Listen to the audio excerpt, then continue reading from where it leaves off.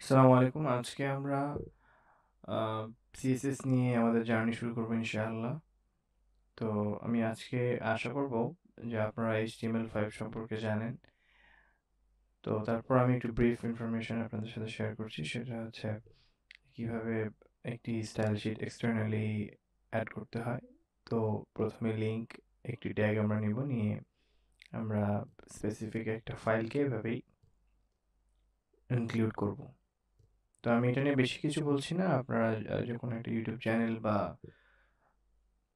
Google থেকে search করে এই ইনফরমেশনটা দেখে নিতে পারবেন। তো যেহেতু আমি মনে করছি আপনারা HTML5 সম্পর্কে আপনাদের ধারণা আছে, সো আপনারা এই স্ট্রাকচারটা বুঝতে পারবেন। তো আজকে আমরা শুধুমাত্র যে সিরিজটা দেখাবো, এই সিরিজটা বেসড অন সিএসএস।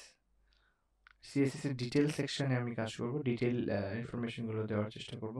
তো আজকের topic simple styling of a simple document. তো এখানে আমাদের কিছু ট্যাগ আছে, H1 tag, H2 tag, P tag, এই ধরনের কিছু ট্যাগ আছে। এবং এখানে কিছু এক্সট্রা ইনফরমেশন আছে যেগুলো আমার মনে হয় আপাতত না বুঝলেও চলবে।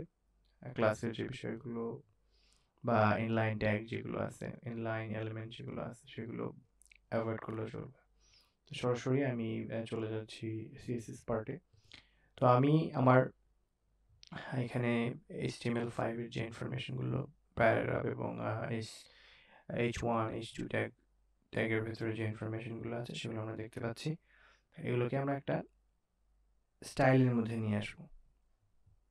প্রথমে আমরা সিলেক্ট করব H1 ট্যাগ। তো আমরা H1 ট্যাগকে সিলেক্ট করি। তারপর আমরা H1 এর টেক্সট কালারটা দিতে চাচ্ছি। কালার ধরেন আমি রেড দিলাম অথবা গ্রে দিলাম। যদি আমি সেভ করি তাহলে আমি দেখতে পাবো যে এটা চেঞ্জ হয়েছে। ইমরান নামে যেই আমরা টেক্সটটা লিখেছিলাম H1 ট্যাগে, এটাকে আমরা এখন সিলেক্ট করে, সিলেক্টরের মাধ্যমে সিলেক্ট করে আমরা এটার ইনফরমেশনটা দেখতে পাচ্ছি বা আউটপুটে দেখতে পাচ্ছি যে এটার কালারটা হয়েছে গ্রে কালার। তারপরে আমরা ধরেন পি ট্যাগটাকে যদি আমরা এখন